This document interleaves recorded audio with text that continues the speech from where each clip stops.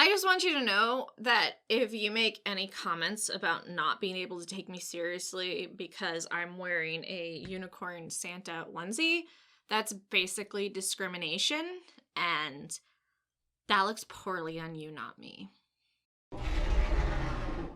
Okay, I absolutely loved the new Joker movie. I did a spoiler-free review, so if you haven't watched it, I suggest watching that first, or just stopping this video, go watch it, and then come back.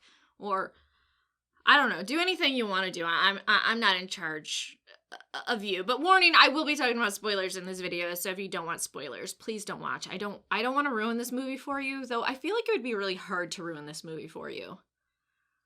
I guess there are a few things I could say, but yeah.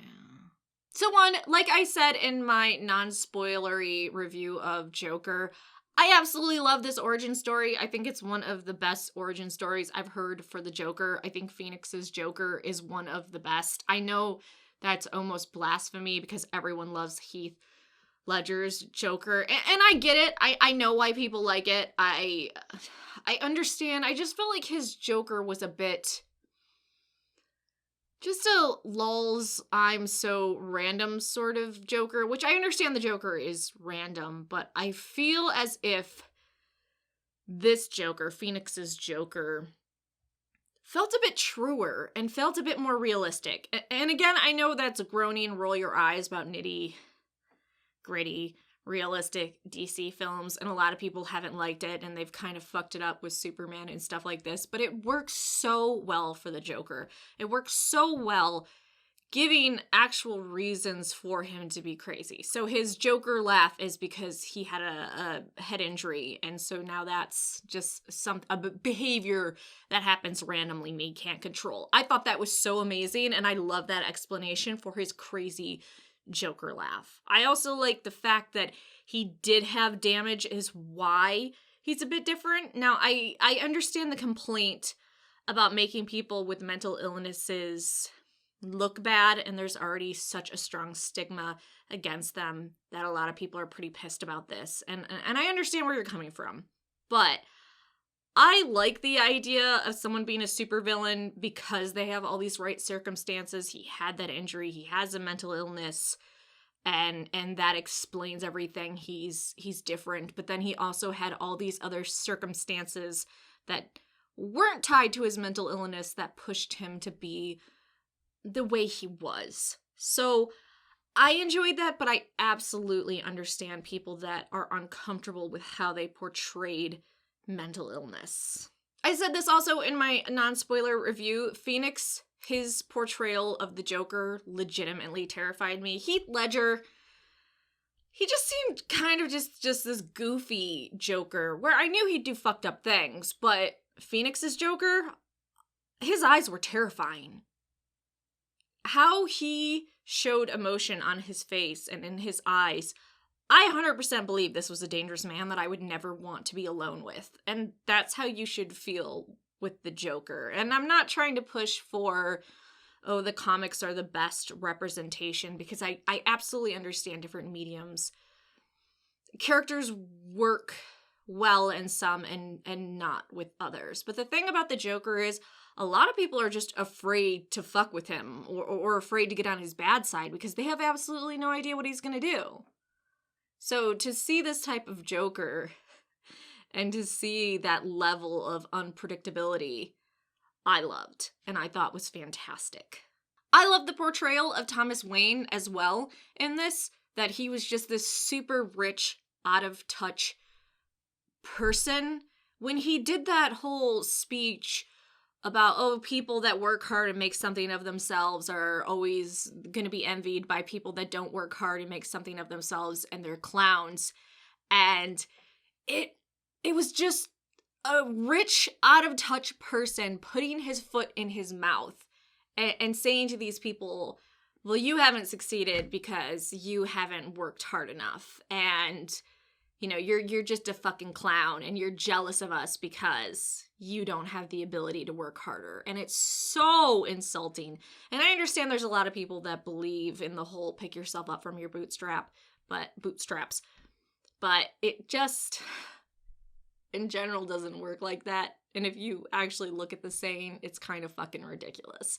So I like the idea of this super rich person wanting to help, but also being so out of touch that he just doesn't understand. And I like him being a bit more of a feisty asshole than we've seen in other iterations, where Thomas Wayne is kind of just this, I'm a good guy, rich person trying to make the world better, and oh, this bad thing happened to me.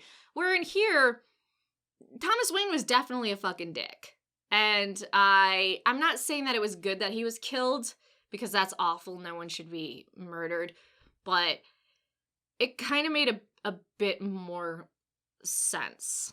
And it just wasn't something random. I also like the fact that the Joker indirectly caused the death of Bruce's parents. And that's kind of why I hope they continue on Phoenix's Joker and maybe have Robert Pattinson's Batman interact with him, because there would be a bigger,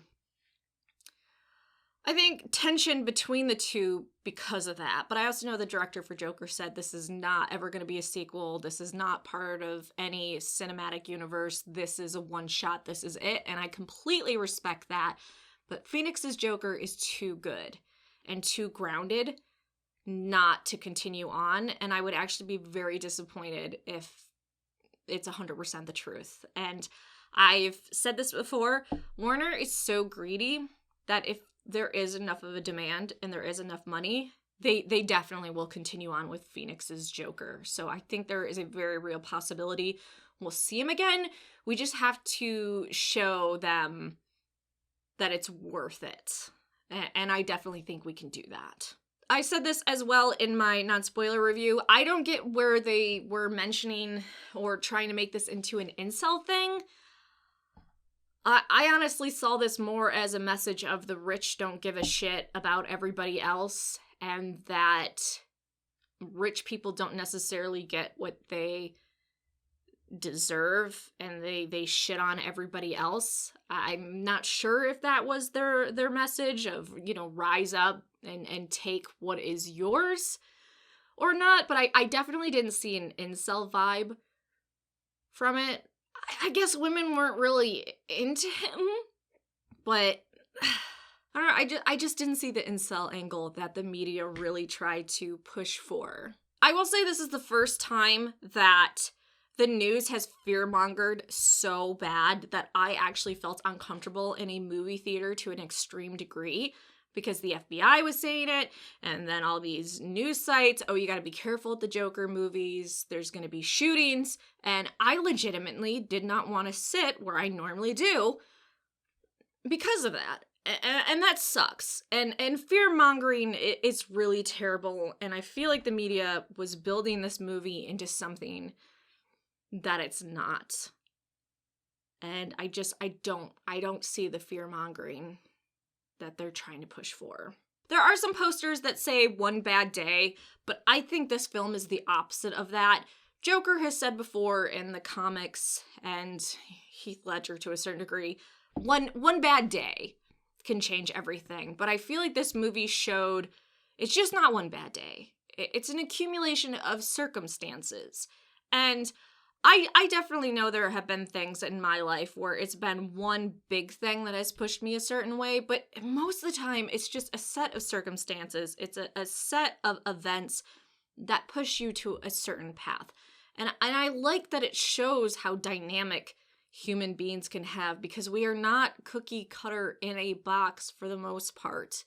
We are unique individuals, and we all have our own thresholds for what we can handle and what sets us off. So I think they brilliantly showed that in this film. Now, I did a podcast with a moderator of this channel that I put on Patreon, and he brought up something that kind of blew my mind, and I'm going to do a separate video on it.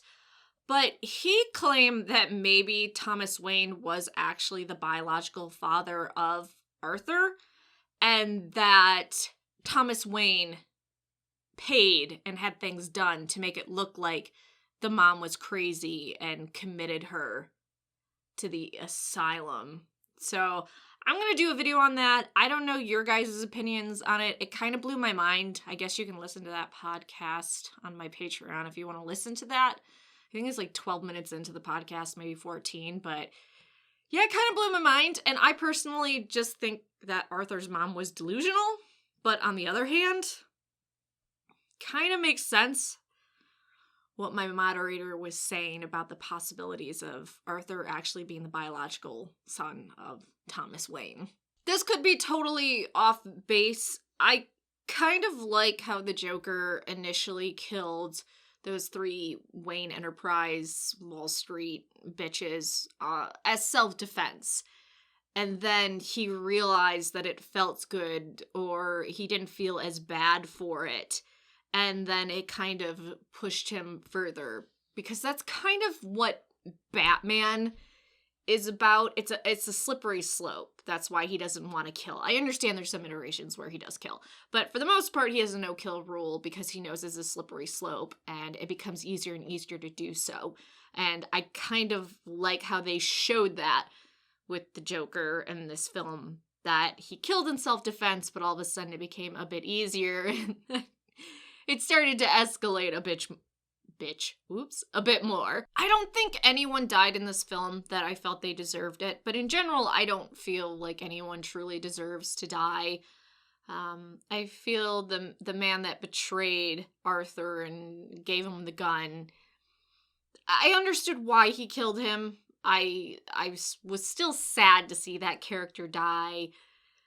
Kind of messed up him killing his mom, but a bit expected, especially if she did truly lie to him and she was just psychotic. But I feel as if he should understand that she isn't being malicious on purpose, that she just has mental issues. But I don't know, because you can definitely see where he was doing killings because he felt they were justified and that they were bad people and they got what they deserved, versus people that were honestly victims of just themselves. So to me, that didn't make complete sense, but again, the Joker doesn't make complete sense. He's not. That's what freaks him out so much about with Superman, because he doesn't make sense like Superman's other villains that have this greater scheme. The Joker is chaos incarnate, and he finds amusement in things that others don't. And it's just because they don't get the joke yet. I hope that at the very least they have this Batman continue, that's how his parents were killed, and he learns more and more as he grows up how corrupt his dad was, if Thomas Wayne truly was corrupt, which I sort of believe that's what they were hinting towards, that he didn't really care. He just wanted to become mayor for more power and influence, and he wants to be a better man. So I do hope in quite a few ways that they continue on with this reality or Earth. I don't want to get too political in this because I generally don't share political views on this channel. I always find it funny with people trying to guess my political alignment, and they're usually completely off, and it's just amusing to me, and it kind of shows that I really don't have a lot of bias when it comes to political stuff, honestly, which I really don't. You do you. I always believe that someone is a certain area on the political spectrum because they truly believe that is best for the world, which is probably a naive stance, but there you go. But I like the message of this movie that they don't really care. There are people that legitimately need help, and they don't care about the social workers, and they don't care about the mentally ill people, and I definitely don't have a solution to that. I don't pretend like I do, but there are definitely people that are in need, and we need to make mental illness something that people are more aware of and aware to get help. But we also have a lot of things we need to educate people better on, and we really do a disservice to people by not educating them and showing them that it's okay, or it's not okay, or this is normal and that's not normal. And one of the ways I really think we've failed people is that we don't educate them well enough. despite showing over and over again, the more educated people are, the less violent they are, the less crime there is. We have failed people quite a bit. This is also a rewatchable film because of Arthur's delusions of grandeur. So what is real and what was imagined? And it had me questioning so much what was in his head versus what was reality, that when he was invited on the show, I thought he was going to show up and they were gonna, who the fuck are you? We didn't invite you on. So when he actually was invited on, I was like, oh dang. Okay. So I feel like you can go back and watch this film and start to fill in more pieces of what is reality versus what Arthur imagined. And I like that. I enjoy films where the more you rewatch them, the more you pick up, the more clues that pop up. To me, that a film that's rewatchable, which in a lot of just action CGI fest shit, it's not rewatchable. It sucks. To me. I'm not saying to you, because that's a delicate subject. You do you. I want a film that I can rewatch over and over again, and each time I watch it, I pick up a little bit more. Or I notice something that's not quite right. And this is one of those films. So yeah, those are my spoiler thoughts. I'll probably have more. Maybe maybe at some point you saw an outfit change or something where I came back and recorded more, but I loved it. I absolutely love this film, and I'm kind of proud of DC creating such a masterpiece. I did not expect it to be as good as it was. So, yeah. Let me know your thoughts in the comment section down below. Like, subscribe, and come back for more videos.